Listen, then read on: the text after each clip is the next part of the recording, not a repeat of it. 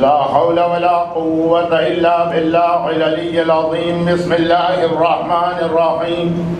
الحمد لله الملك الحق المبين، والصلاة والسلام على حبيب إله العالمين سيد الأنبياء والمرسلين خاتم النبيين رحمة للعالمين شفيع المذنبين والمخاطب بطه وياسين سيدنا ومولانا أبي القاسم محمد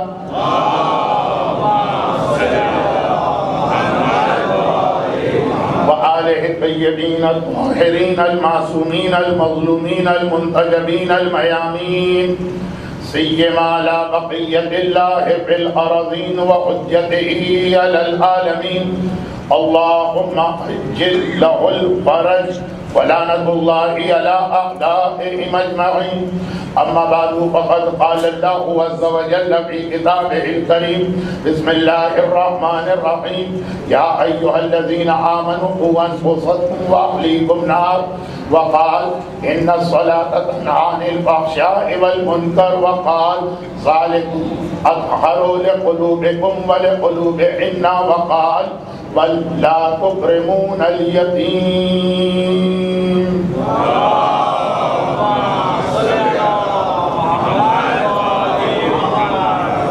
کل کے مجلس کے آخر میں ایک ایسے گناہ کا تذکرہ کیا گیا تھا جس کے حوالے سے جو جملہ میں نے عرض کیا وہ بعد میں خود مجھے لگا کہ بہت ہی سخت جملہ ہو گیا کہ 40 سال کی ممبر کی زندگی میں مجھے ایک ایسا گھرانہ نظر نہیں آیا جو اس گناہ سے اپنے آپ کو بچا سکا. اب کل ایک مجلس ورکنگ ڈے میں ذرا لمبی ہو گئی اور دنیا بھر کا جو ایک کامن پرابلم کہ جتنی گھڑیوں پہ نگاہ ڈالے وہ الگ وقت بتا رہی ہوں اور مومنین کرام کے چہرے پہ نگاہ ڈالے تو وہاں تو ہمیشہ 12 بج رہے ہوتے. اور پھر کسی نے توجہ بھی مبذول کرائی کہ مولانا آپ کیا سمجھ کے مجلسیں پڑھ رہے ہیں. 1 گھنٹے کا وقت پوری مجلس کا ہے، سوز و سلام اور نوحہ ملا کے آپ کا وقت 45 منٹ. یہ غلط فہمی رہی مجھے پورے 1 ہفتے، اس کا بھی ایک ٹینشن تھا. تو جملے کو میں ذرا سا ٹھیک کر دوں کہ جنہیں اس گناہ کی اہمیت کا اندازہ ہے وہ اپنے آپ کو اس گناہ سے بچاتے ہیں، لیکن مصالحت کے ذریعے سے مسئلے کو حل کر کے نہیں. اور اس میں مصالحت میں اسلام کو کوئی اعتراض نہیں ہے، لیکن بات وہی ہوئی کہ اتنا گھمبیر یا کمپلیکیٹڈ یہ پرابلم ہے کہ صحیح معنوں میں اس مسئلے کو حل کر کے کوئی عمل کرے مجھے تو 40 سال میں کوئی نظر نہیں آیا. اور وہ مسئلہ کل کے واقعے کے آخری جملے سے تھا کہ برزخ ہو کہ قیامت ہو کہ پولیس سے رات، ہر گناہ کی معافی ہو سکتی ہے، لیکن اگر کسی کی گردن پر کسی مومن کا مالی حق باقی تو سزا اس کی مل کر رہے گی. بے شک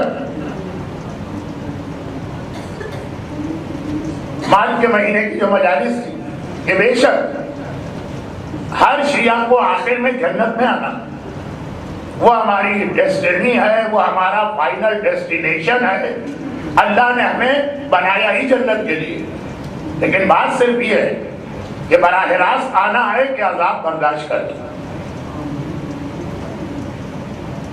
بلکہ بعض تفاسیر میں یہ ہے کہ آج جو میں نے سورہ امام حسین کی ایک آیت تلاوت کی تھی وہی کل والے گناہ کو ذرا واضح کرنے کے لیے، تو بعض روایت میں ہے کہ سورہ امام حسین کی اس سے پہلے کی جو ایک آیت ہے وہ اسی کے حوالے سے قرضہ، کسی کا مالی حق، 1 درہم و دینار بھی کسی کا غصب کر لیا یا دبا لیا اِنَّا رَبَّكَ لَبِالْمِرْصَادِ، یہ سورہ امام حسین کی جو آیت ہے کہ تمہارا رب مرصاد پر تمہارا انتظار کر رہا۔ اچھا، یہ آیت جو نازل ہوئی اس سے پہلے تذکرہ ہمارا اور آپ کا نہیں، اس سے پہلے تذکرہ ہے قوم عاد کا، قوم سمود کا، فرعون کا، یعنی اتنے سرکش و نافرمان قومیں جو قرآن نے کہا فَأَكْثَرُوا فِيهَا الْفَسَادَ، انہوں نے اللہ کی زمین میں فساد برپا کر دیا۔ فَصَبَّ عَلَيْهِمْ رَبُّكَ صَوْتَ عَذَابٍ، تو اللہ نے عذاب کا کوڑا ان پر برسایا۔ قوم عاد پر عذاب آیا، قوم فرعون پہ عذاب آیا، قوم سمود پر۔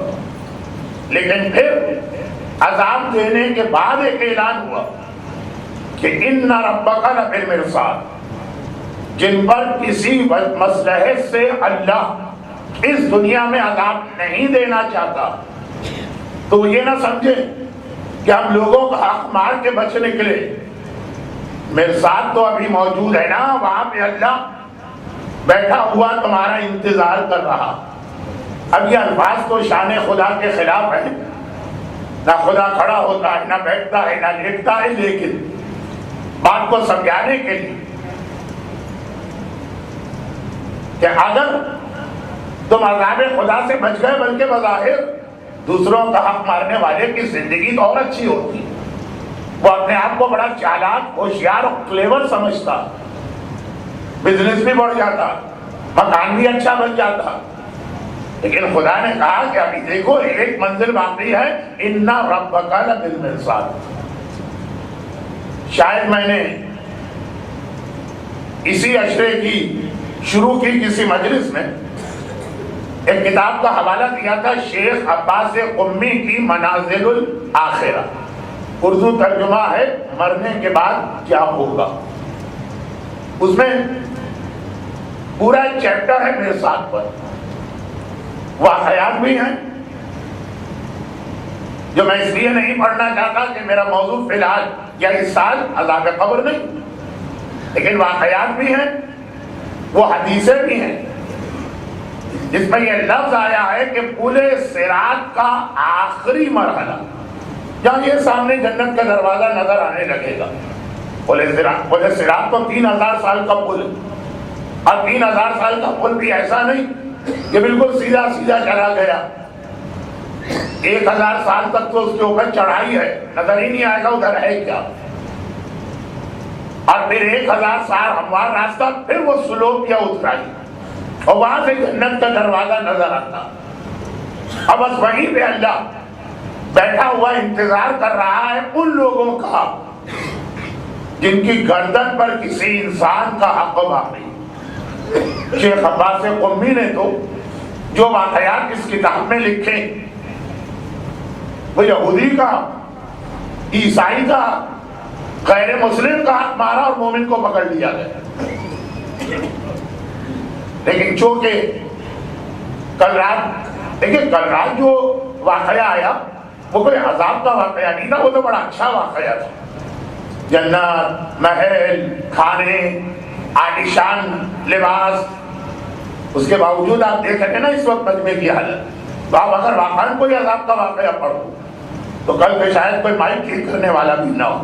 تو اس لیے میں بہت دور دور اس موضوع سے رہتا ہوا آگے بڑھ رہا ہوں کہ عذاب نہیں پڑھنا، لیکن اِنَّ رَبَّكَ لَبِالْمِرْصَادِ، تمہارا رب مرصاد پر ان کا انتظار کر رہا۔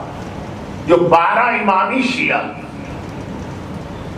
یہ جملہ میں اکثر کہتا رہتا ہوں لیکن ایک چھوٹا سا جملہ ہے، اس لیے اگر آپ نے 50 دفعہ بھی سنا تو اتنا ناگوار نہیں گزرے گا کہ پل صراط پر تو جائے گا ہی شیعہ۔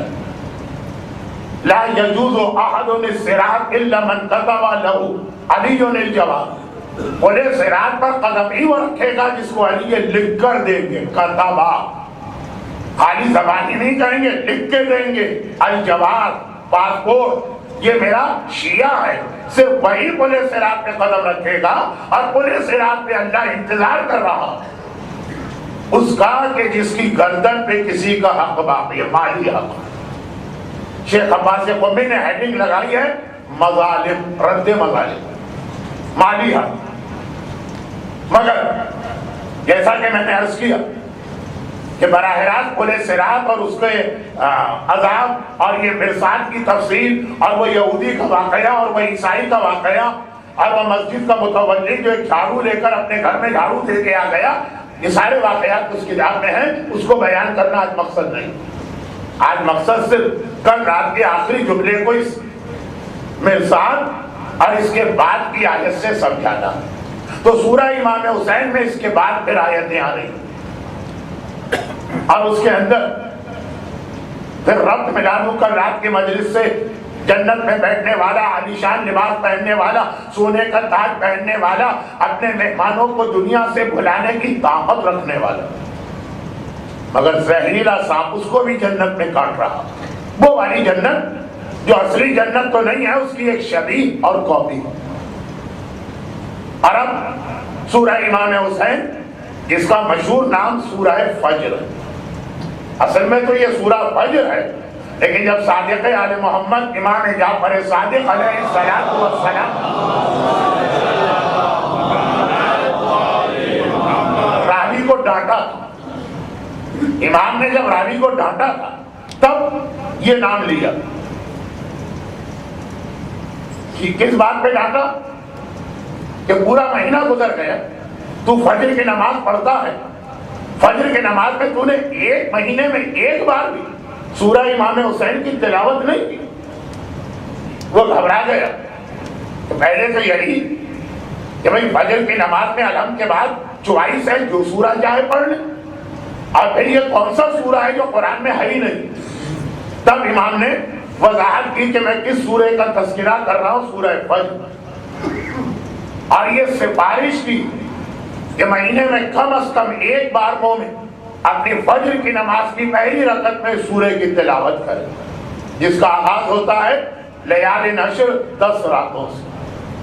شاید یہ کربلا کی وہ 10 راتیں، اور جس کا اختتام ہوتا سورہ کی بات کر رہا ہوں، یا ایتھا النفس المطمئنہ ارجعی الی ربک راضیۃ مرضیہ پر درمیان میں آیت ہے. اور وہ گناہ کا تذکرہ. وَأَمَّا اِذَا مَبْتَلَاهُ رَبُّهُ فَقَدَرَ عَلَيْهِ رِزْقَهُ فَيَقُولُ رَبِّ أَهَانَنِ. قرآن اس سورہ انسان کا مزاج بتا رہا، نیچر. ابھی زندہ باد، ابھی مردہ باد، ابھی کسی کو سر پہ بٹھا دیا، کبھی کسی کو پیروں کے نیچے پھینک دیا. جو مولا کا نہج البلاغہ کا ایک فرمان بھی ہے کہ جب دنیا کسی کی طرف متوجہ ہوتی، یعنی اسے سر پہ بٹھاتی، تو دوسرے کی خوبیاں بھی اس کو دے دیتی. جو چیزیں اس میں نہیں ہے نا، وہ بھی تذکرہ ہونے لگتا. اور جب دنیا کسی سے منہ پھیرتی ہے تو اس کی اپنی ذاتی خوبیاں بھی اس سے چھین کے لے جاتی. قرآن سورہ فجر فرعون، سمود، عاد کا تذکرہ کرنے کے بعد اور آقا حسین کی شہادت پر آنے سے پہلے درمیان میں انسان کا ہی نیچر بتا رہا. میں پوری آیتیں نہیں پڑھ رہا کیونکہ 45 منٹ کے اندر مجلس اگر مکمل کرنا ہو مسائل کے بیان کے ساتھ تو آپ خود ہی سوچئے کہ پھر کتنی جلدی جلدی بات کرنا ہوگی. اب قرآن دو پہلو. کہا انسان جب خوشی سے پھول جاتا وہ بھی غلط، وہ اللہ اس کا امتحان دے رہا. وَأَمَّا الْإِنسَانُ کہہ رہے آئے زبان پہ آئی گئی. وَأَمَّا الْإِنسَانُ إِذَا مَا ابْتَلَاهُ رَبُّهُ فَأَكْرَمَهُ وَنَعَمَهُ. اللہ مومن انسان، مومن انسان امتحان لے رہا، نعمتوں پہ نعمتیں، نعمتوں پہ نعمتیں. فَأَكْرَمَهُ اس کو عزت دے رہا، وَنَعَمَهُ اور نعمتیں دے رہا. یہ سمجھتا ہے وَيَقُولُ رَبِّي أَكْرَمَنِ، دیکھو میرا رب اس پر کتنا مہربان ہے. یہ مہربانی نہیں ہے، یہ آزمائش ہے، یہ امتحان ہے. اس کی تشریح نہیں کر رہا ہوں تو اصل اس کے بعد کیا ہے. وَإِذَا مَا ابْتَلَاهُ اور جب انسان کو اللہ امتحان میں ڈالتا فَقَدَرَ عَلَيْهِ رِزْقَهُ اس کی روزی کو تنگ کر دیتا. یہ بھی ایک امتحان. لیکن ایک سوال یہ پیدا ہوتا وَمَا مِن دَابَّةٍ فِي الْأَرْضِ إِلَّا عَلَى اللَّهِ رِزْقُهَا. اللہ نے وعدہ کیا ہے کہ زمین پہ چلنے والے ہر جاندار کا رزق میرے حوالے. میری ذمہ داری. اور یہاں قرآن کہہ رہا ہے فَقَدَرَ عَلَيْهِ رِزْقَهُ. یہ کیسا امتحان ہے بھائی؟ جس چیز کی گارنٹی لے لی گئی ہے، جس چیز کی ذمہ داری لے لی گئی ہے، اور خالی انسان نے وَمَا مِن دَابَّةٍ، زمین پہ حرکت کرنے والی ہر مخلوق. اب قرآن وجہ بتا رہا کہ ہم نے ذمہ داری لی، ہم روزی کا امتحان نہیں لیں لیکن لیتے ہیں. کیوں؟ وَقَدَرَ عَلَيْهِ رِزْقَهُ، روزی تنگ کرتے ہیں. فَيَقُولُ، یہ کہتا ہے ربی اہانت، میرے پروردگار نے میری اہانت کو توہین کر دی. میں نمازی، میں روزے دار، میرے گھر میں حجاب، میرے بچے گانا نہ سنیں، میں کسی کی غیبت نہ کروں، اب پھر میرے پروردگار نے روزی تنگ کر دی.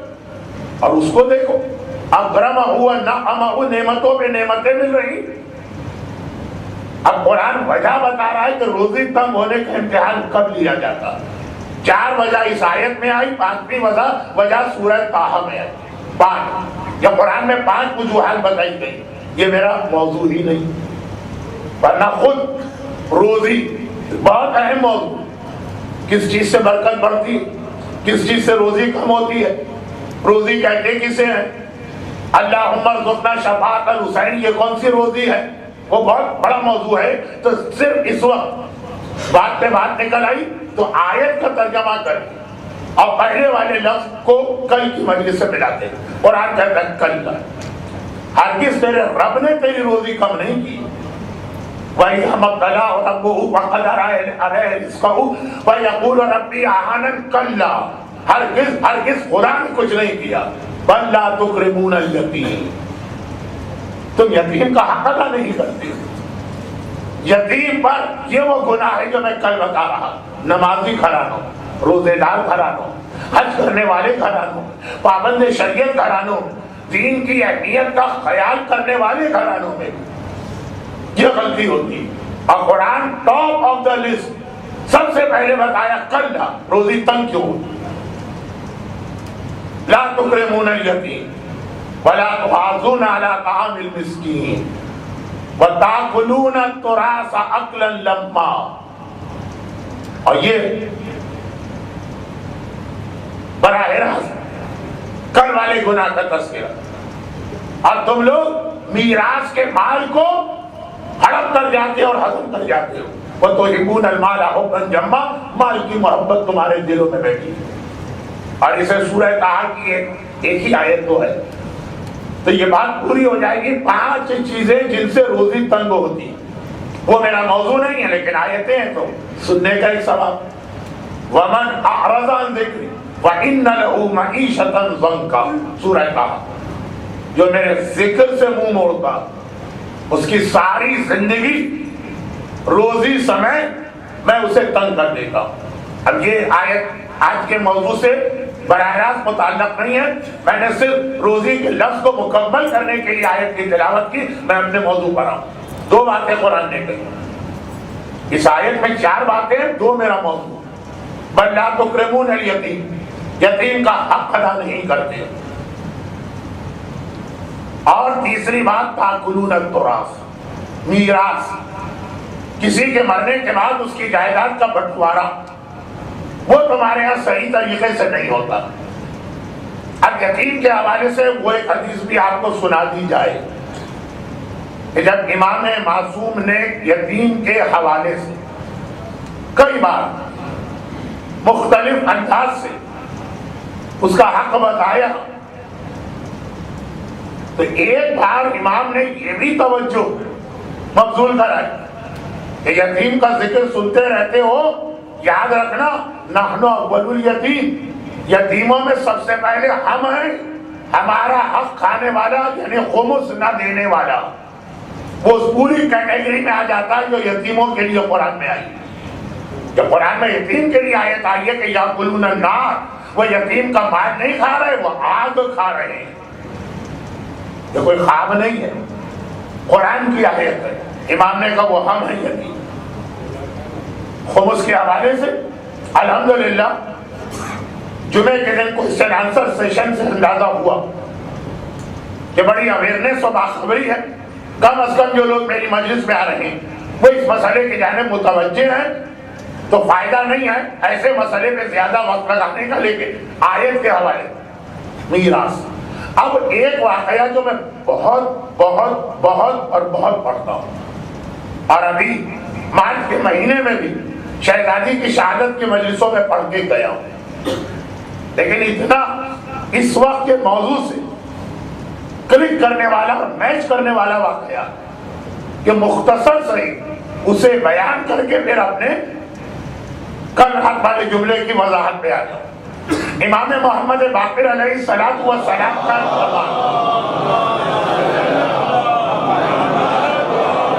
بنی اسرائیل کے اس نوجوان کے بارے میں جو مر گئے اور خاصی جائیداد چھوڑ کے مرا،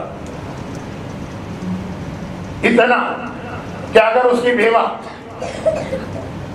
ذرا بجٹنگ کر کے زندگی گزارتی تو ساری زندگی کے لیے کافی، لیکن جو شوہر بھی ساری زندگی راہ خدا میں دل کھول کے خرچ کرتا ہے، اور اللہ کا وعدہ ہے کہ 3 خرچے ایسے یا 3 جگہ ایسی ہیں جہاں جتنا خرچ کرو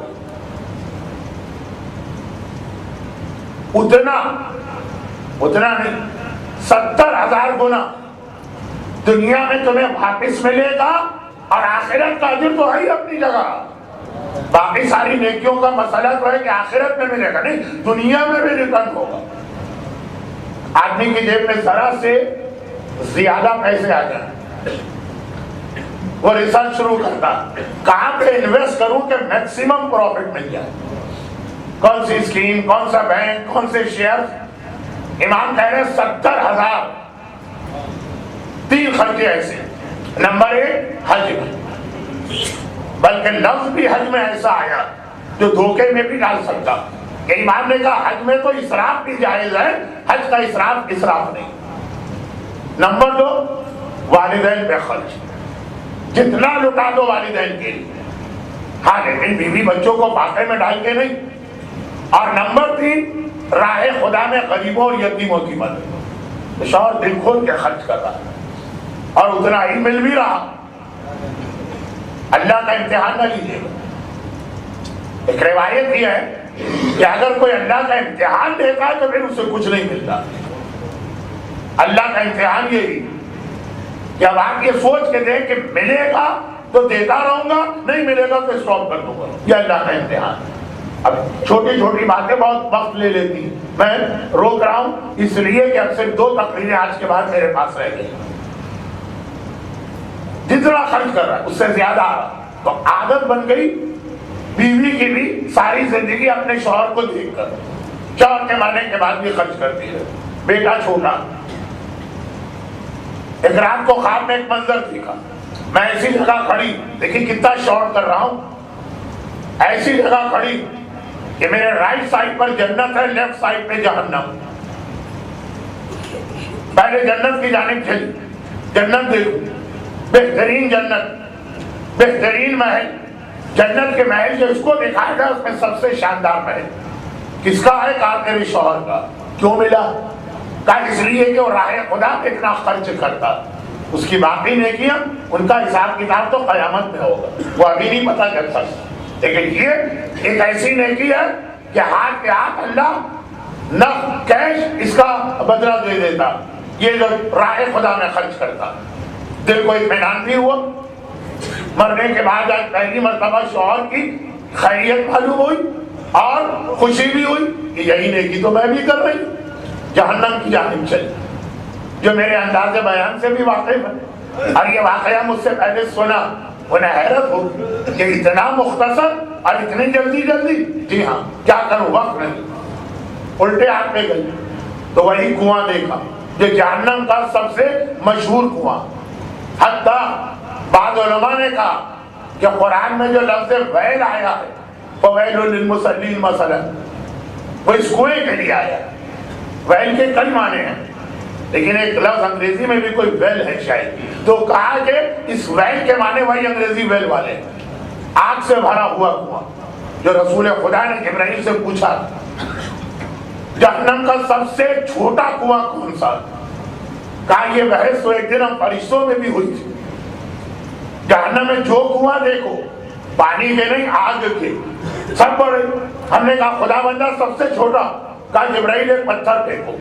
پتھر ہم نے پھینکا، 70 سال بعد تہ تک پہنچا، گرتا رہا گرتا رہا گرتا رہا گرتا رہا، وہ سب سے چھوٹا آگ سے بھرا ہوا۔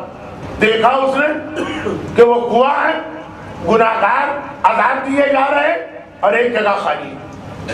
گھبرا گئی، یہ جگہ کس کے لیے؟ تیرے لیے، میرے لیے، جہنم کا عذاب۔ ہاں پہلے سے انتظام، ایڈوانس بکنگ۔ کہا لیکن آخر میری غلطی کیا ہے؟ کہا پورا ہے خدا میں خرچ کر دی، اور آنکھ کھل گئی۔ اب کنفیوز، اب پریشان۔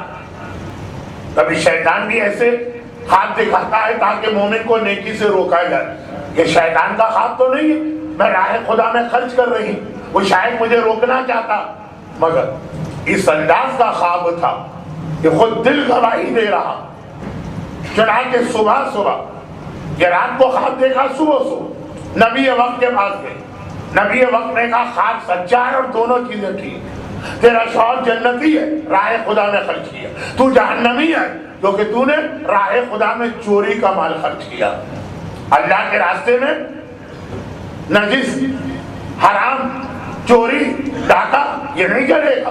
جب امام نے ایک مرد بزرگ کو 2 روٹیاں اور 2 انار چوری کر کے ایک غریب کی مدد کرتے دیکھا، اور وہ بیٹھ کر امام کو حساب سکھانے لگا، میتھمیٹکس کا لیسن دینے لگا کہ 4 میں نے گناہ کیے، ہر گناہ کی 1 سزا 4 میں نے نیکیاں کی، ہر نیکی کی 10 گنا جزا 40 میں سے 4 مائنس کر دو 36 نیکیاں، یہ چوری کی خیرات میں نے کمائی۔ امام کو بٹھا کے میتھمیٹکس کا درس دے رہا ہے کہ 10 ملٹیپلائی 4 40 اور مائنس 4 36، یہ بیلنس میرے پاس آ رہا۔ اور امام نے فرمایا حرام، نجس، چوری، ڈاکے، یہ والی خیرات اللہ کے قبول ہی نہیں ہے۔ انما یتقبل اللہ من المتقین، اللہ متقی کی نیکی قبول کرتا ہے۔ جب مال چوری کیا تو تقویٰ کہاں رہا؟ تو 40 تو کچھ نہیں ملا، 4 گناہ میرے نام آباد میں ہے اس عورت سے۔ نبی وقت نے یہی جواب دیا۔ چوری کا مال، ڈاکے کا مال، ناجائز مال وہ خرچ کیا تو تجھے جنت کیا ملے گی؟ چھوڑا بھی نہیں جائے گا، جہنم کا عذاب۔ کیا نبی خدا، میں نے کسی کا مال چوری نہیں کیا، میں نے کسی کے گھر میں ڈاکہ نہیں ڈالا۔ کہا جب تیرا شوہر مر گیا تو جو مال وہ چھوڑ کے گیا وہ کیا تیرا تھا؟ اسلام میں ایک میراث کا سسٹم ہے، بیوہ کو صرف 8واں حصہ 12 پوائنٹ سم تھنگ ملتا، باقی سارا کا سارا دوسرے رشتہ داروں کا۔ تو آنکھیں بند کر کے شوہر کے مال کو راہ خدا میں خرچ کر رہی ہو، تیرا رہا کہاں؟ نہ تیرا رہا نہ تیرے شوہر کا رہا۔ ایک یہ مسئلہ مجتہدین میں کبھی کبھار ذرا سا ٹائم پاس کرنے کے لیے ڈسکس ہوتا، اور اس کا جواب وہی ہے جو میں نے دیا کہ اگر کوئی آدمی مر جائے اور کوئی ایسا علاج ہو جائے کہ مرنے کے بعد دوبارہ زندہ ہو جائے، بہت اہم مسئلہ ہے یہ۔ جب دوبارہ زندہ ہوگا جتنا اس کا مال تھا اس کا نہیں رہا، جیسے ہی مرا مال وارثوں کا ہو گئے، اب دوبارہ زندہ ہوا، نئی زندگی ملی، مال تو ان کا ہو چکا، واپس نہیں آئے گا۔ یہ بہت اہم مسئلہ، کیونکہ ایک اور حوالے سے یہ مسئلہ ہمارے یہاں پیش آتا، لیکن وہ ادھر میں نہیں جا رہا، کھڑی مجھ کو روک رہی ہے کہ اپنے اصل موضوع پر رہو۔ تو خلاصہ یہ ہے کہ جیسے ہی کوئی آدمی مر، اس کا مال اس کا بھی نہیں رہا۔ اگر وہ مر کے زندہ بھی ہو جائے اس کو اس کا مکان نہیں ملے گا، اسے اس کی گاڑی نہیں ملے گی، اسے اس کا بینک بیلنس نہیں ملے گا۔ اور فرضی مسئلہ نہیں ہے، میں نے اشارہ کیا کہ یہ ہمارے یہاں پیش بھی آ رہا، لیکن اس کو چھوڑی۔ بیوی کا حصہ فقط 8واں حصہ، باقی تیرا ہی نہیں۔ اور بچہ اگر نابالغ ہے تو نابالغ کے مال کو تو ماں بھی خرچ نہیں کر سکتی راہ خدا میں۔ اب تک جو تو نے آنکھیں بند کر کے فری ہینڈ راہ خدا میں دیا، ٹھیک ہے، اپنے اوپر خرچ نہیں کیا، لیکن وہ سب چوری کا اور حرام کا مال بن گیا۔ یہ ہے میراث کا مسئلہ۔ پہلے ایک فقہی سوال اور جواب سنی، پھر میں بات کو آگے بڑھوں۔ پوچھا گیا مراجع کرام سے کہ اگر کوئی آدمی بیمار اور ہم اس کی عیادت و مزاج پرسی کو اس کے گھر گئے. اب آفس سے آ رہے تھے, اس کے گھر رکتے ہوئے بیمار کی خیریت دریافت کر کے اپنے گھر میں آنا. یہ باقاعدہ سوال پرنٹڈ ہے مجموع المسائل میں بھی, جو آیت اللہ گلبائگانی کے سوال جواب کی کتاب ہے, اور دیگر مہاراجے کے پاس. سردی کا موسم, زور اثر کی نماز ہم نے ابھی پڑھی نہیں, گھر جاتے جاتے قضا ہوگا. ہم نے مرنے والے کا حال پوچھا اور اس سے کہا کہ 5 منٹ کی اجازت دیجیے, زور کی نماز باقی ہے عصر کی, میں نماز پڑھ سکتا ہوں آپ کے گھر میں. اجازت کے بغیر تو کہیں بھی آپ نماز نہیں پڑھ سکتے. حتیٰ وہ جو 11 گھر سورہ نور میں آئی جن کے یہاں بغیر اجازت کھانا کھا سکتے, نماز وہاں بھی نہیں پڑھ سکتے جب تک کہ اجازت نہ ہو. آپ نے اجازت مانگی, اجازت مل گئی, نماز شروع کی آپ نے. ابھی دوسری رکعت میں وہ بیمار آدمی مر گئے, آپ کی نماز ٹوٹ گئی. بیمار آدمی مرا, آپ کی نماز ٹوٹ گئی. اگر یہ نماز آپ نے پوری کر بھی لی تو یہ غلط ہے اسے دوبارہ دہرانا. چھوٹے چھوٹے بات فقہی مسئلے بڑے دلچسپ ہوتے ہیں. شیخ توسی نے 1000 سال پہلے مسئلہ لکھا, گدھے کی آواز آئی وضو ٹوٹ گئے, گدھے کی آواز آئی نماز ٹوٹ گئی. نماز تو 9 چیزوں سے یا 12 چیزوں سے ٹوٹتی. قہقہ لگا کے ہنسنا اور رونا, قبلے سے ہٹنا اور وضو ٹوٹنا اور کھانا اور پینا اور باقی چیز. جواب, ایک آدمی سفر میں گدھے پہ پانی کی مشق تھی, فجر کے وقت اٹھا, رسی کو اڑا کے گدھا بھاگ چکا, فجر قضا ہو رہی, تیمم کر کے نماز شروع کر رہا, گدھے کی آواز ہے یعنی پانی آ گیا, پانی آ گیا, تیمم ٹوٹ گیا, دوبارہ نماز پڑھ. ویسے ہی آقا گلبائگانی کا تحریری چھپا ہوا مسئلہ, گلتے سارے مراجع کا یہ, بیمار مر گئے, آپ دوسری رکعت میں نماز آپ کی گئی, سوائے اس کے ایک قضا ہو رہی, 4-5 منٹ بھی ایکسٹرا, ٹوٹ گئی نماز. وجہ کہا کہ جب آپ نے نماز شروع کی تو اس گھر کا مالک وہ تھا, اس نے اجازت دی, جیسے ہی وہ مرا مالک وہ نہیں رہا, مالک چینج ہو. اب جو نئے مالک آئے ان کی اجازت کے بغیر آپ وہ نماز بھی نہیں مکمل کر سکتے جو آپ نے پرانے مالک کی اجازت سے شروع کی. خاص طور پر اگر نئے مالکوں میں ایک بھی نابالغ بچہ موجود. اب یہ وہی گناہ میں بتا رہا تھا کہ ہمارے یہاں کسی کے مرنے کے بعد, اور خالی گناہ نہیں ہے, کل لفظ آیا تھا گناہ, آج لفظ آیا تھا ہماری روزی تنگ ہونے کا سبب, محنت کر کر کے مرے جا رہے ہیں اور کوئی نہ کوئی مالی پریشانی پیش آتی ہے, اس کی وجہ قرآن کہہ رہا کل اللہ یہ امتحان نہیں لے رہا. جو اللہ امتحان لے رہا ہے وہ ایک الگ بات, بولے گا بھی والا نبلونکم بشیء من الخوف والجوع, یہ امتحان اللہ نہیں لے رہا ہے, یہ تمہاری غلطی. میراث کتنے گھروں صحیح طریقے سے میراث تقسیم ہوتی. ابھی پاکستان کے ایک شہر گجرانوالا میں بیٹھا تھا اور ایک مومنہ نے آ کے مسئلہ پوچھا. جب ان کو مسئلہ بتایا گیا انہوں نے کہا میں اسی وقت سے مذہب شیعہ چھوڑ رہی ہوں, اسی وقت سے, ابھی اسی لمحے. اگر یہ مسئلہ شرعی ہے مجھے یہ مذہب نہیں چاہیے. ایک صرف میراث کے مسئلے کی وجہ سے. میراث کا مسئلہ ہے کہ بیوی کو شوہر کی پراپرٹی میں کوئی حصہ نہیں ملتا, زمین میں کوئی حصہ نہیں ہے. زمین پہ جو بلڈنگ ہے اس کی بھی قیمت میں 8واں حصہ ملے گا, بلڈنگ میں کوئی شیئر نہیں. کھیت باغ, اب جس شہر کا میں نے نام لیا وہ خاتون وہاں کی نہیں تھی.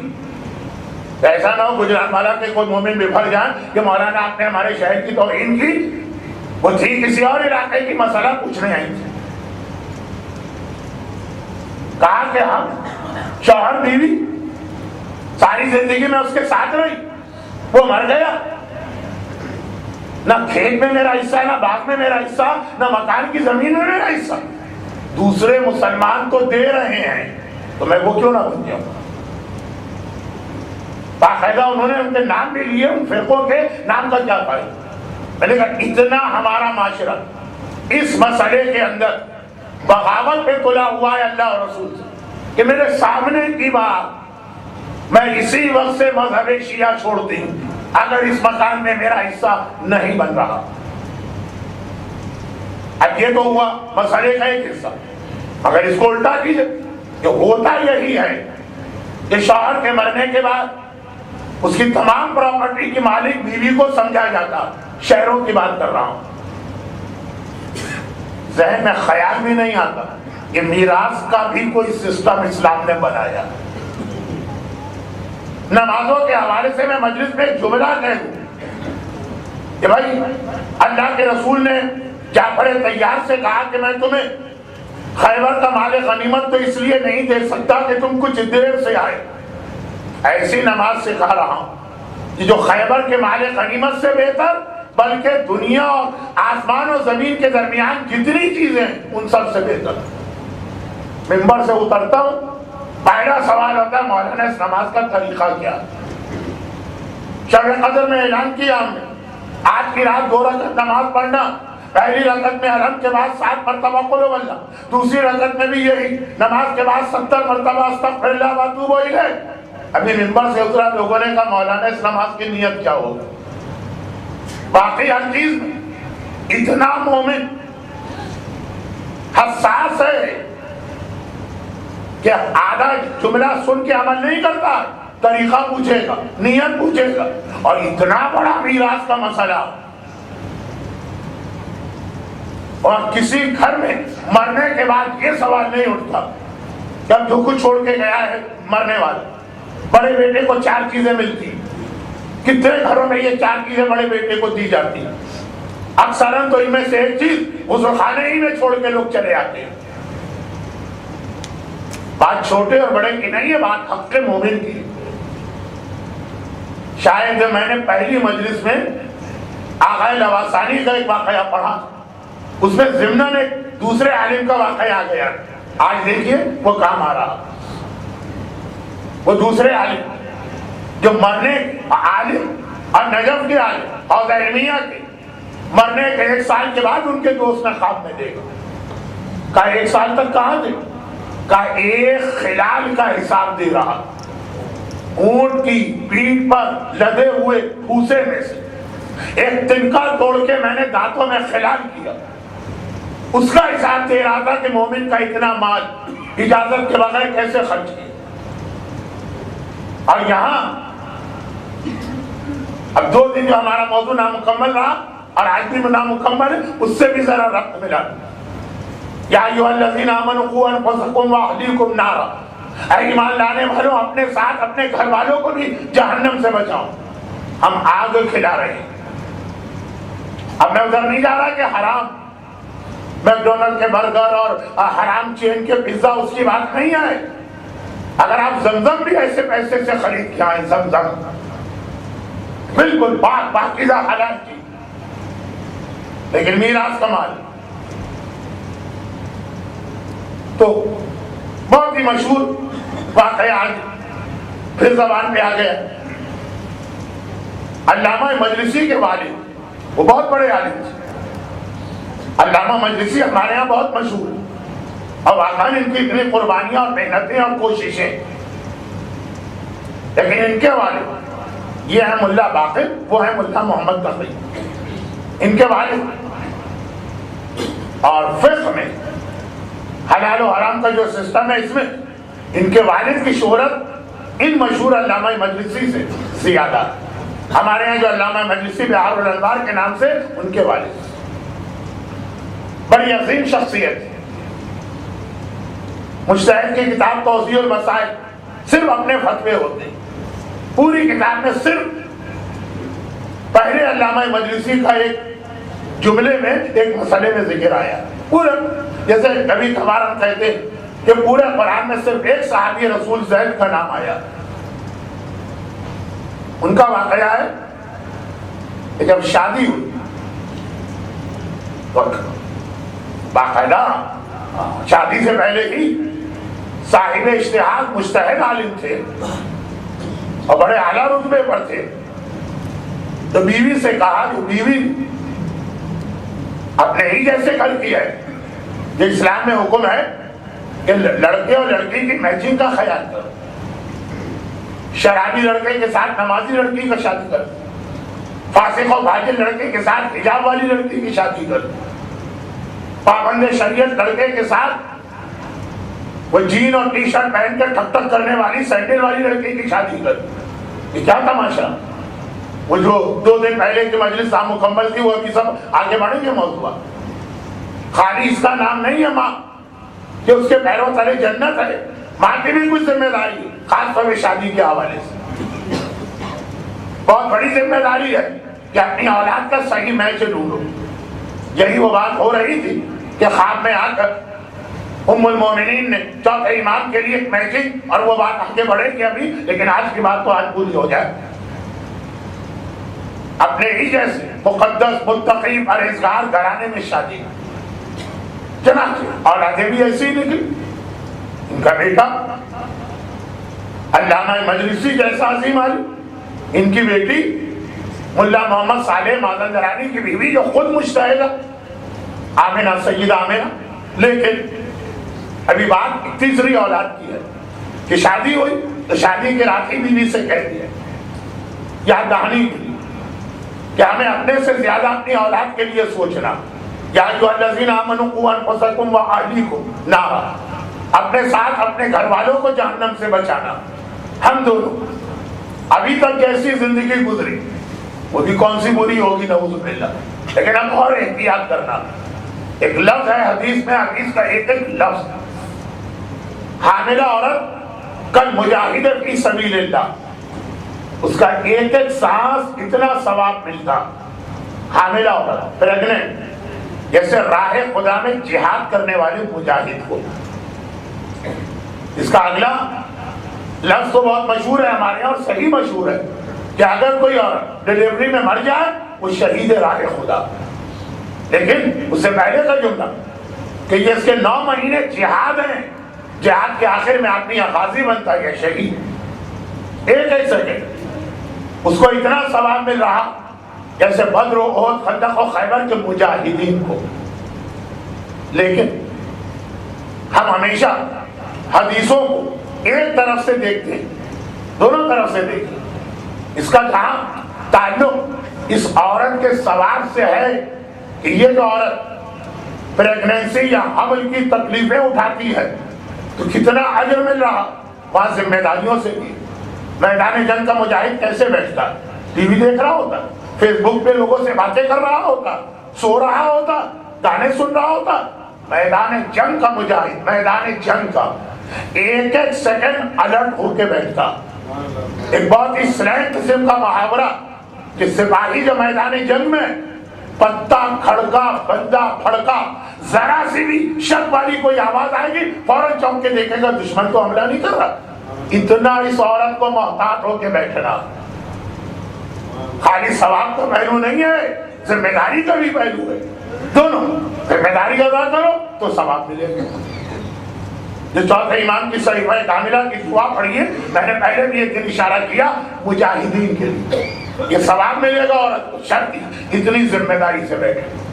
آئیے مشہور واقعے کو اختتام تک پہنچا کے آج کی مجلس کو آگے بڑھایا جائے. رکی بھی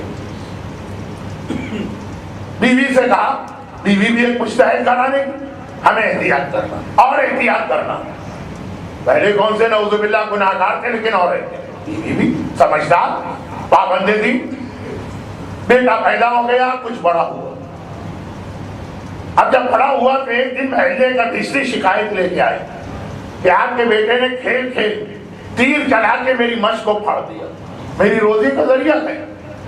خیر اب یہ تو شکایتیں آتی ہیں. مجھے یہاں کا نہیں پتا کراچی میں یہ بچے کوئی چھکا لگاتا ہے, کوئی چوکا لگاتا ہے, کوئی اپنے آپ کو ٹنڈولکر سمجھتا ہے, کوئی انضمام الحق سمجھتا ہے. کھڑکیاں ہماری ٹوٹتی ہیں, دروازے ہمارے ٹوٹتے ہیں, بلب ہمارے ٹوٹتے ہیں, سر ہمارا پھٹتا ہے. تو خیر بہرحال اب یہ بچے تو بچے ہیں, شکایتیں ایسی تو آتی رہتی، اس شکایت کا تو ازالہ کر دیا، لیکن گھر جا کے بیوی سے کہا کہ یہ ہوا کیسے؟ بچہ شرارت بے شک کرے، لیکن کسی مومن کو نقصان اس نے کیسے پہنچا دیا؟ یا کہیں میری غلطی ہوئی ہے یا تمہاری؟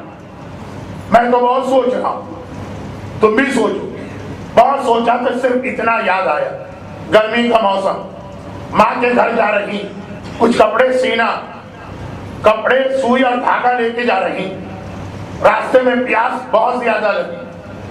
پرانا زمانہ، یہ کولڈ اسپاٹ اور ریفریشمنٹ سینٹر اور ٹیک اوے ٹائپ کی چیزیں نہیں ہوتی۔ پیاس کی کیا کروں؟ قریب میں ایک باغ تھا کسی کا، انار سے درخت لگا ہوا تھا، میں نے سوئی ایک انار میں داخل کر کے نکالی، جو 2-3 قطرے رس کے آئے انار کے، وہ چوس لی۔ علامہ مجلسی نے کہا بس یہی غلطی ہے۔ یہ کب کی بات ہے؟ کہا جب کہ بچہ میرے پیٹ میں تھا۔ کہا ماں کی اتنی سی غلطی اور آج میں اتنی بڑی غلطی جا کے بنی۔ اب یہاں پہ میں ایک حدیث بہت جلد، یہ سارے مشہور واقعات راوی نے، اب نہیں یہ والی حدیث شاید بچوں کے سامنے مناسب نہ ہو، اب جو میں پڑھنے جا رہا ہوں، راوی کا امام کے دشمن کی طرف جانا، آدھے راستے سے آ جانا۔ اب آپ نے سر پکڑ کے سوچنا مجھے ہوا کیا تھا کہ میں دشمن امام کے پاس جا رہا تھا، یہ کون سا شیطان میری عقل میں چھا گیا؟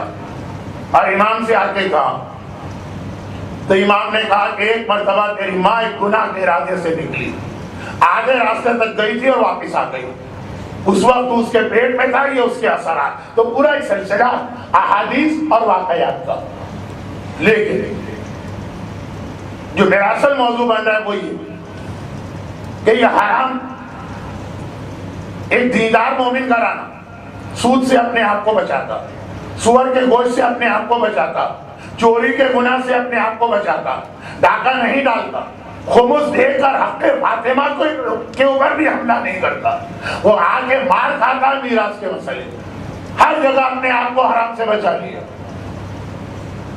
لیکن اس مسئلے لا علمی، جان بوجھ کے نہیں، اور ایسی لا علمی کہ اگر کہ گناہ، لیکن ایک اصول ہے کہ جتنے قریبی شخص پہ ظلم کرو گے گناہ ہوتا جائے، جتنے قریبی شخص کے ساتھ نیکی کرو گے ثواب ہوتا جائے۔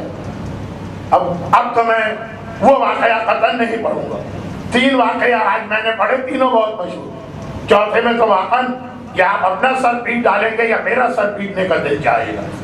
اس بیوہ کا واقعہ، اشارہ خالی، جو مسجد میں کھانا بھجواتی اپنے مرحوم شوہر کے نام پر، اور ایک رات پتا چلا کہ آج کھانا قبول ہوا، اور جب بچے سے پوچھا، چھوٹا بچہ، کہ آج کون سا ولی خدا مسجد میں آیا جس کی تو نے مدد کی، تو بچہ رونے لگا کہ آج تو کھانا میں نے خود کھا لیا۔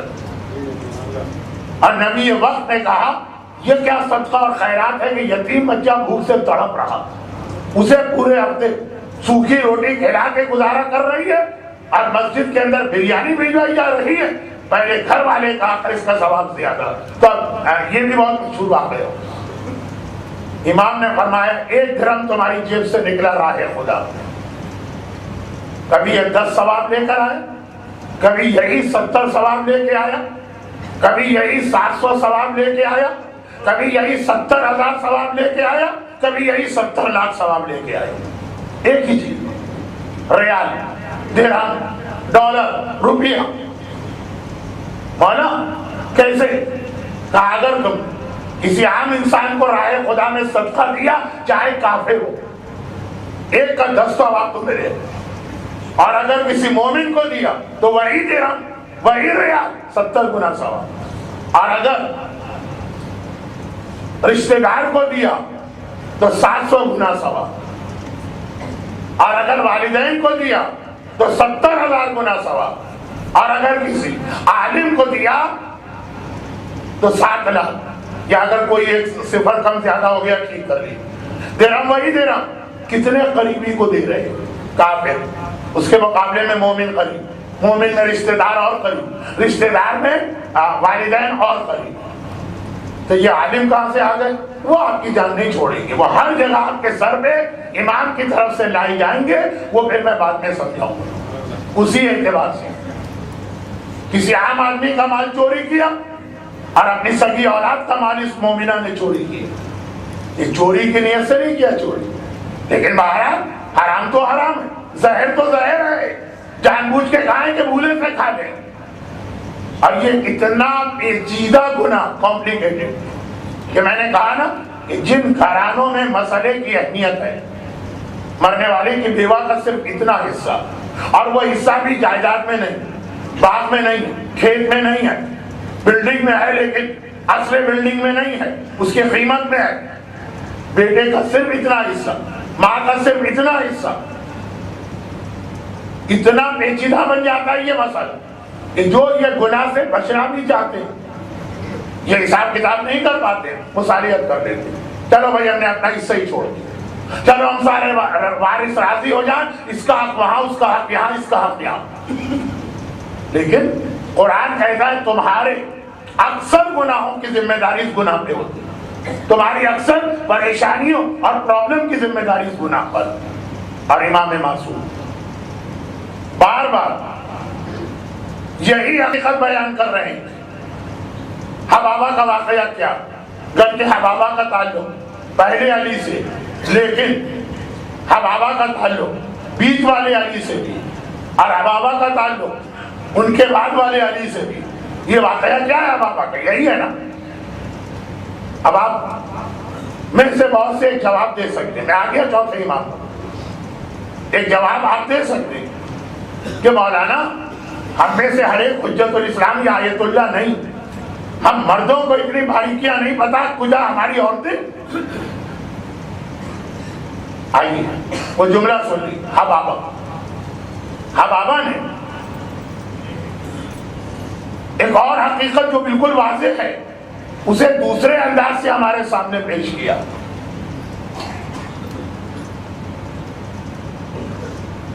جنت میں ہر آدمی جوان ہو کے جائے گا، کل کے واقعے میں بھی یہ لفظ آیا۔ تو ایک طرح سے جو بوڑھے کو جوان کر دے اس کا یہ عمل اس بات کی دلیل ہے کہ یہ ہے لوگوں کو جنت میں لے جانے والا۔ وہ میں کاسمیٹک سرجری کی طرف نہیں جا رہا۔ حبابہ بوڑھی تھی، کس نے حبابہ کو جوان کیا؟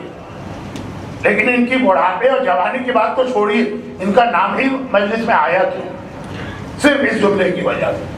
یہ وہ خاتون ہیں جنہوں نے 8 اماموں کا ضمانت دیکھا، 8 اماموں کی زیارت کی، پہلے امام سے لے کے 8ویں تک۔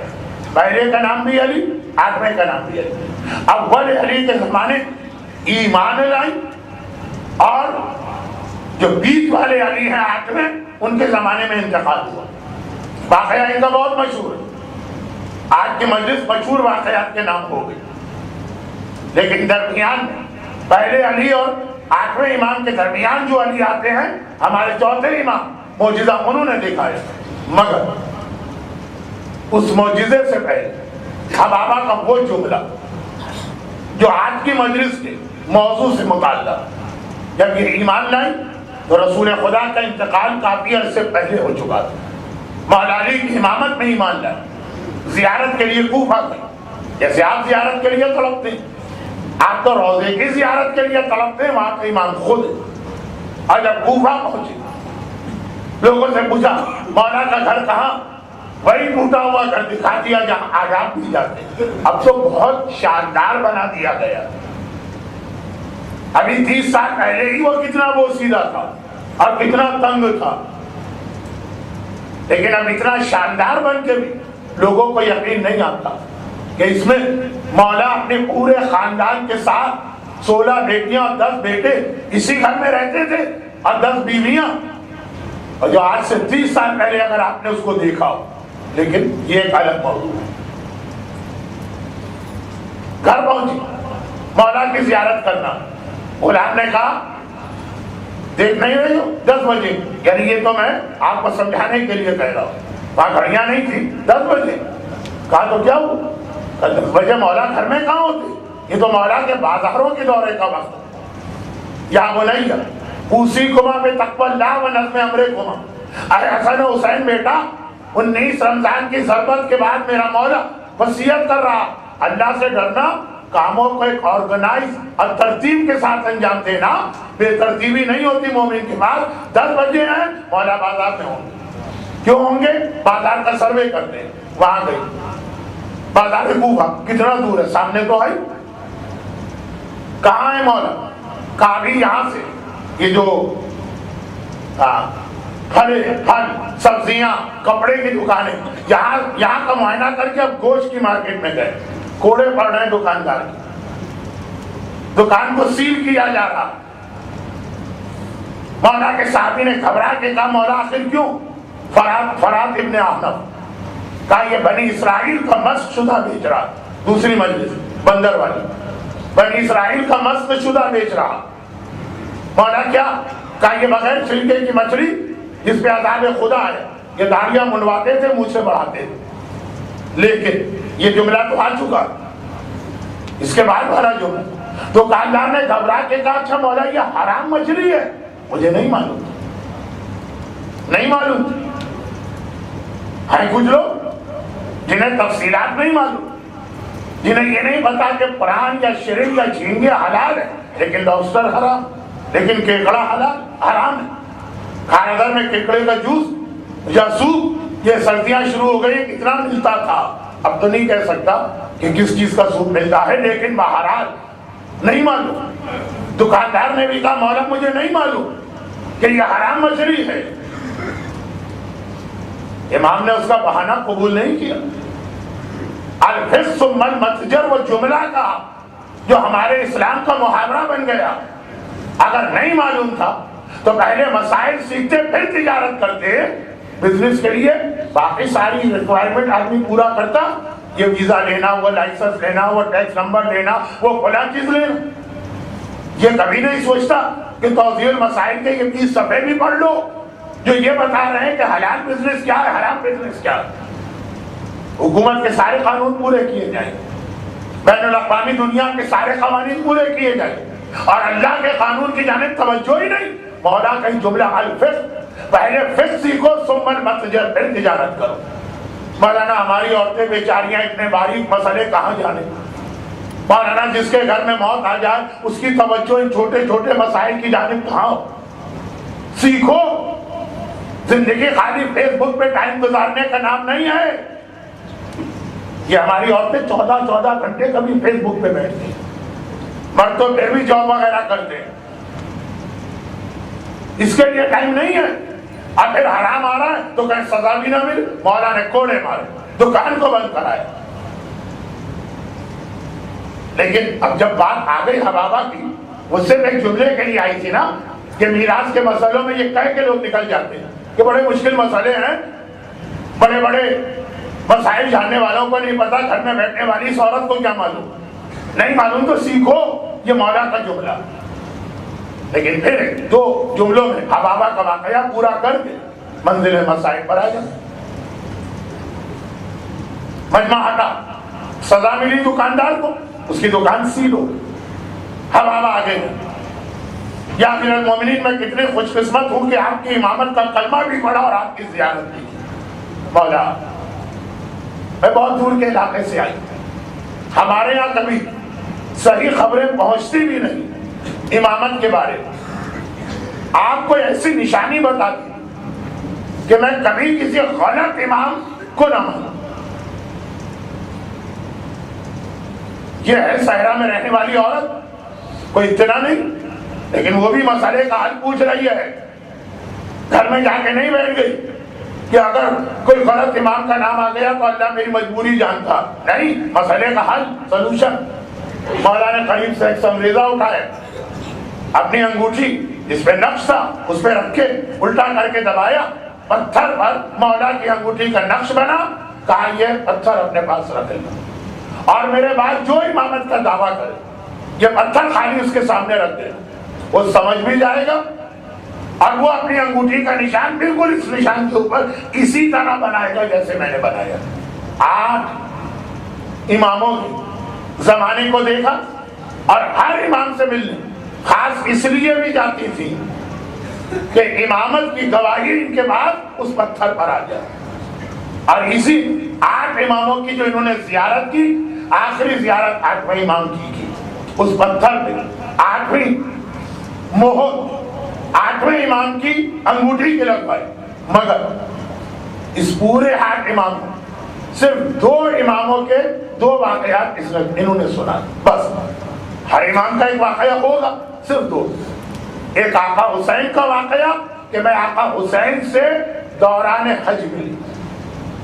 یہ تو کوفے کے بھی باہر رہنے والے امام مدینے کہا میں حج میں آئی، آقا حسین کے پاس گئی تو خاک مجھے جملہ کہنا تھا. اور اس وقت آقا حسین مدینے کی مسجد النبوی حج کے مسئلے بتا رہے تھے اور 3 دن تک حج کے مسائل کا بیان ہوتا رہا. میں نے گنا 1000 سے زیادہ مسئلے میرے آقا نے اس مجمع کو بتائے. پھر میں پہنچی اور وہ میں نے نشان لیے. آقا حسین مسائل، حج کے مسائل، حج پہ بھی اکثر لوگ خاص طور پر ان علاقوں سے منہ اٹھا کے چلے جاتے ہیں. اب یہ پورا ایک الگ موضوع ہے اور میں شاید مسائل پہ جو جمعے کے دن کوئی سر آنسر سیشن چوتھے امام کے لیے ایک جملہ پڑھا، شاید اسی سے مسائل پر آ جاؤں. آج نہ صحیح تو کل اب آخری جملہ سنو. 8 اماموں سے بھی واقعات صرف مولا علی کا بتایا، امام حسین کی مسائل کی اور حج کی ٹریننگ کلاس بتائی مسجد النبوی کے اندر. اور چوتھے امام کہہ رہی کہ پھر مجھے خبر ملی آقا حسین شہید ہو گئے، کربلا کا واقعہ. بہت جنگل میں رہتی ہے، میں مدینے آئی، اب میں بہت بوڑھی ہو چکی، بڑھاپے کے مارے مجھ سے چلا نہیں جا رہا تھا. لیکن امام کی زیارت اور اس دوران ایک مرض اور بیماری بھی مجھ میں ہو گئی. اور وہ یہ کہ چہرے پر وہ جو سفیدے کے داغ آتے ہیں، سفید برس، جو برس کی بیماری کہلاتی ہے، سفید داغ کھال میں آ جاتے ہیں، جس کے لیے بھی بہت سے لوگوں کے پاس غلط فہمی کہ یہ دشمن اہل بیت کی پہچان. غلط حبابہ کہتی ہے. مجھ میں یہ بیماری ہو. ایسے بیمار سے عام مجمع ذرا کراہیت اختیار کرتا ہے، قریب بھی نہیں آنے دیتا. اور بوڑھی بھی بہت. پہنچے امام کے گھر، امام کی زیارت کرنا، خاتون ہے بہت بوڑھی، لیکن کہہ رہی ہیں کہ تقریباً 1 ہفتہ میں انتظار میں رہی، موقع ہی نہیں مل رہا بات کر. کیوں؟ ہر وقت امام مصلی پر، ہر وقت امام نماز، ایک نماز ختم نہیں ہوتی کہ دوسری نماز شروع. وہ جو کنیز کی گواہی تھی وہ اپنی جگہ، اس کی ان خاتون کی بھی گواہی. اتنی عبادت، میں ڈر گئی، میں گھبرا گئی. اب امام نماز کے آخر میں فوراً اگلی نماز شروع کریں.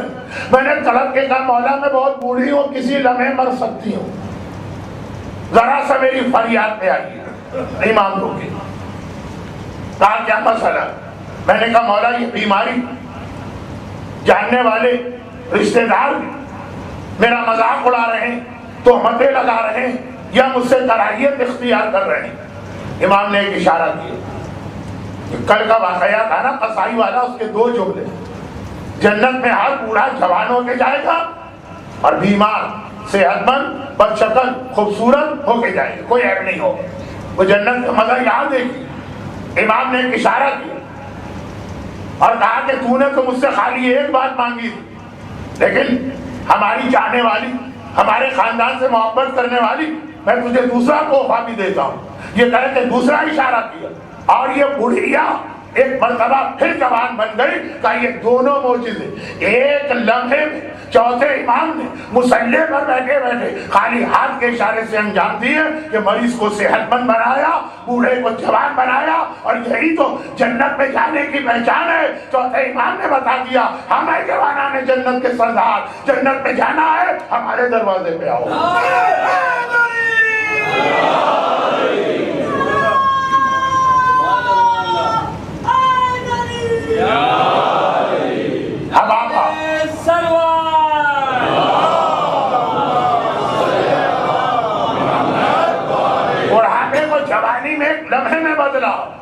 جنتی کی خاصیت، برس کی بیماری اور کراہیت والی بیماری، اسے دوبارہ وہی نورانی چہرہ عطا کیا، اور پھر کہا لیکن کیا مجھ سے میرے دادا کی انگوٹھی کے نقش پر میری انگوٹھی کا نقش نہیں لگوائے گی؟ تڑپ کے کہا مولا یہ تو آپ نے میرے دل کی بات کہہ دی۔ یہ دو معجزے دیکھنے کے بعد اسے ضرورت محسوس نہیں ہو رہی تھی کہ آقا سجاد سے ان کی امامت کی دلیل مانگی، لیکن 8ویں امام تک یہ چلی، اور یہ ہے اہل بیت کا وہ خاص طریقہ۔ اب حبابہ کا واقعہ تو اصل میں آیا تھا ہمارے ان مردوں اور عورتوں کے لیے جو ذرا بھی پیچیدہ مسائل شریعت سے یہ کہہ کے جان چھڑا لیتے ہیں کہ اتنی پیچیدہ باتیں کون سمجھے۔ مولا نے کہا پہلے سیکھو اور پھر عمل کرو، لیکن اس کا آخری سننا، آج بھی وقت بہت گزر گیا، میں تو 45 منٹ ذہن میں رکھ کے بیٹھا تھا۔ یہ اہل بیت کا طریقہ آپ نے دیکھا، اور اسی میں ایک چھوٹا سا پہلو بہت بڑا، خود غربت میں زندگی گزارتے ہیں، سامنے والے کو زر ہی نہیں دیتے، ابو ذر بنا دیتے، خود ہتھ کڑی اور بیڑی میں زندگی گزارتے ہیں، سامنے والوں ساری دنیا کی بادشاہت عطا کرتے ہیں، خود فاقے میں زندگی گزارتے ہیں، سامنے والے کو غنی کرتے ہیں، خود جوانی میں بوڑھے ہو جاتے ہیں، بوڑھوں کو جوان کرتے ہیں۔ کس امام نے بوڑھے کو جوان کیا؟ کس امام نے بوڑھے کو جوان کیا ہے؟ وہ امام معصوم جو خود جوانی میں بوڑھا ہو گیا۔ اور جب منہال کوفی نے پوچھا تھا مولا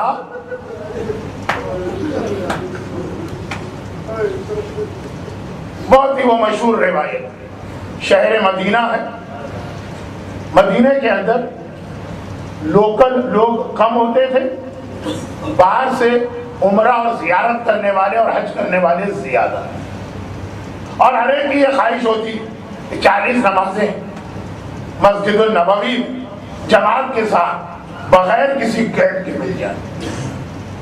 ایک ایسا ہی مسافر زائر مدینے میں آیا ہوا، نماز جماعت میں ریگولر جا رہا، ایک دن کسی وجہ سے ذرا دیر ہو گئی، جماعت کھڑی ہو گئی، اب یہ بھاگا بھاگا چلا جا رہا، کم از کم امام کے رکوع میں جانے سے پہلے جماعت میں شامل ہو گئی، اور اس کی وجہ سے بجائے عام راستے کے جانے کے چھوٹی چھوٹی گلیاں شارٹ کٹ ایک گھر کے قریب سے گزرا۔ آج یاد رکھیے میرا جملہ، مدینے کی مسجد کا گیٹ نمبر 38 باب بلال، یہ اس کے سامنے کا تھا۔ اب کوئی آپ کو وہاں نہیں بتائے گا، وہاں سے گزرا شارٹ کٹ، ایک دم سے چھت پر سے اس کے کپڑوں پہ پانی آ کے گیا، یہ گھبرا گیا، پتا نہیں پاک پانی ہے کہ نجس، نماز کے لیے جا رہا ہوں، اب وہ بھی مسجد میں جا رہا ہوں اور وہ بھی مسجد النبوی میں جا رہا ہوں رسول اللہ کے سامنے، کہیں ایسا تو نہیں کہ میں نجس ہو گیا؟ اب وہ ذرا سا پریشان کھڑا،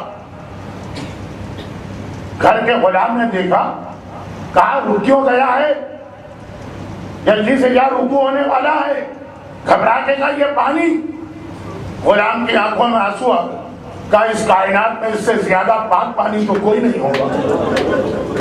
تڑپ کے کہا کہ میں نہیں سمجھا یہ کون سا پانی ہے؟ کہا اس گھر کی چھت پہ کربلا کا وارث علی بن الحسین بیٹھ کے اپنے بابا اور گھرانے کا ماتم کر رہا، اتنا رو رہے ہیں، اتنا رو رہے ہیں، اتنا رو رہے ہیں کہ چھت سے پانی اس طرح بہہ کے گلی میں گر رہا ہے جیسے بارش کا پانی پر نالے سے گرا کرتا۔ کتنا گریا کر رہا ہوگا میرا چوتھا امام کہ بارش کے پانی کی طرح سے۔ تو منہال کوفی یہ معمولی آدمی نہیں ہے، وہ تک گھبرا گئے، مولا اتنا آپ رو رہے ہیں، کب تک روئیں گے؟ کہا منہال تو نے انصاف نہیں کیا، قرآن نہیں پڑھا؟ یعقوب کا ایک یوسف مارا نہیں گیا تھا، خالی کھو گیا تھا، اتنا روئے کہ وقت یغض عینا، قرآن کہہ رہا ہے آنکھیں سفید ہو گئی۔ میں نے تو اپنی آنکھوں سے اپنے 18 یوسف کربلا کی جلتی ریتی میں پڑے دیکھے ہیں۔ گھبرا گیا منہال، تڑپ کے کہا مولا لیکن وہ تو ایک بڑی فضیلت تھی نا آپ کے گھرانے کی۔ مولا نے دیکھا تفصیلی جواب کا موقع نہیں ہے، ورنہ کہہ سکتے تھے میدان احد میں حمزہ کی شہادت پہ پھر رسول نے کیوں ماتم کیا؟ کہا منہال باقی باتیں چھوڑ دے، اتنا بتا دے کہ اگر میں شہادت کو فضیلت مان لوں تو بہنوں اور پھوپھیوں کا بازاروں میں جانا، درباروں میں جانا، میرا قیدی بن کے چلنا، کیا یہ بھی کوئی فضیلت ہے؟ آئے غیرت بن سجاد، وہ منظر بھولتا نہیں، بھولنا تو چھوڑیں، زینب، کلثوم، علی اور فاطمہ کی بیٹیاں، وہ منظر سجاد ایسے موقع پر اپنی حمایت بھی نہیں چاہتے۔ یہ روایت ہے نا، جب دربار میں اہل بیت لائے گئے تو ایک بار ابن زیاد نے کہا کوئی مختار کو لے کے آئے، بہت حسین کرتا ہے، اسے دکھاؤں، حسین کا گھرانہ کس حالت میں ہے۔ مختار ابن زیاد کے قید میں ہے، ہتھکڑی اور بیڑی کے ساتھ لائے گئے، دربار میں آ کے کھڑے ہوئے، ابن زیاد کی آنکھوں میں آنکھیں ڈال کے دیکھ رہے ہیں۔ ابن زیاد کہتا ہے مختار اے تیرا امیر، تو نے سلام بھی نہیں کیا۔ مختار نے کہا امیر کو سلام کیا جاتا، لیکن تجھے امیر مانتا کون ہے؟ میرا امیر میرا آقا حسین ہے۔ ابن زیاد آج مسکرا دیا، بڑی محبت ہے حسین سے، اگر حسین کوفے آ جائے تو ملاقات کرے گا۔ تڑپ کے کہا حسین کوفے آ ہی نہیں سکتے، ہم نے خط بھجوا دیا تھا آقا، مسلم مارے گئے، کوفہ بدل گیا، اب ادھر کا ارادہ نہ کرے۔ ابن زیاد نے کہا لیکن سن، تیرا آقا کوفہ آ گیا، میرا مہمان ہے اور میری مرضی ہے، جس سے چاہے ملاقات کراؤں، ملنا ہے ملاقات کرنا ہے۔ مختار یقین بھی نہیں آتا، لیکن ابن زیاد کا انداز ایسا ہے، گھبرا کے ہاتھ جوڑے، کہا کہ ابن زیاد سارا کوفہ جانتا ہے مختار کے ہاتھ کٹ سکتے ہیں، کسی کے آگے ہاتھ جوڑتا نہیں ہوں، لیکن اگر میرا آقا تیرے پاس مہمان بن کے آیا، ہاتھ جوڑ کے درخواست کرتا ہوں ایک بار آقا کی زیارت کرا دے۔ ابن زیاد نے کہا گھبرا نہیں، تیار ہو جا، آقا کی زیارت کے لیے تیار ہو جا۔ مختار دیکھ رہے ادھر سے حسین آئیں گے، ادھر سے آئیں گے، ادھر سے آئیں گے، عجیب منظر دیکھا، حاکم کا حکم تھا کہ 2 سپاہی آگے بڑھے، ابن زیاد کے تخت کے نیچے سے ایک تشت نکالا جس پہ کپڑا پڑا ہوا مختار کے سامنے لے جا کے رکھ دیا۔ مختار گھبرا گئے، ابن زیاد یہ کیا ہے؟ کہا غور سے دیکھ۔ سپاہیوں نے کپڑا ہٹایا، مختار نے دیکھا میری آنکھوں کے سامنے میرے آقا حسین ابن علی کا کٹا سر نظر آ رہا۔ پہلا عمل تو وہی کیا جو ہر مومن کرے گا، بے اختیار کٹے سر کا رخ کر کے زیارت پڑھی، السلام علیکم یا ابا عبداللہ، السلام علیکم یا ابن رسول اللہ۔ ہاتھوں کو جھٹکا دیا، ہتھکڑی توڑی، ایک سپاہی سے تلوار کھینچی، تلوار چلانا چاہتی، کانوں میں میرے بیمار امام سجاد کی آواز آ گئی، مختار یہ کیا خطب کر رہا ہے؟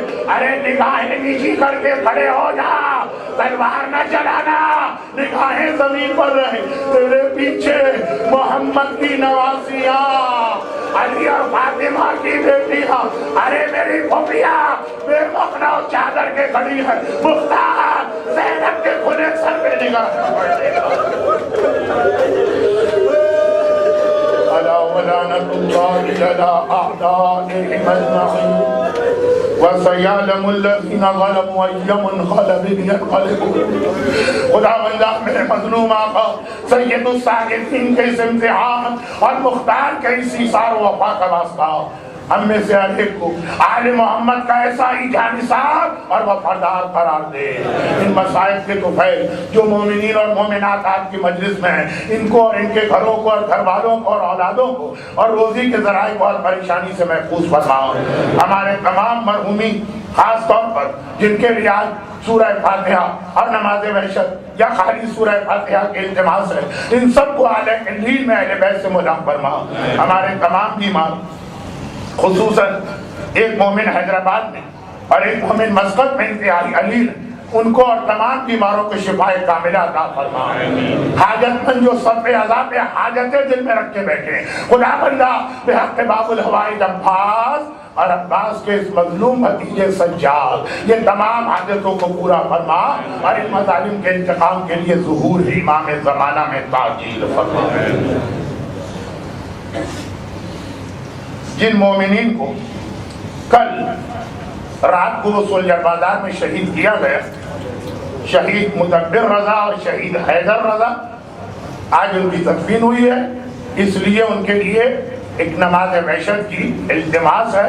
گھر جا کر فجر کی نماز کا وقت آنے تک کبھی بھی آپ پڑھ سکتے ہیں، اور پھر ایک سورہ فاتحہ بھی انہی دو شہداء شہید مدبر شہید حیدر اور ساتھ ساتھ حاجی موسیٰ عبداللطیف عباس نورانی کے مرحوم والدین اور خاندان کے دیگر تمام مرحومین، جو لوگ آج کے مجلس میں آئے ہیں، ان مومنین اور مومنات کے خاندان کے تمام مرحومین، کل اموات مومنین اور مومنات و شہداء۔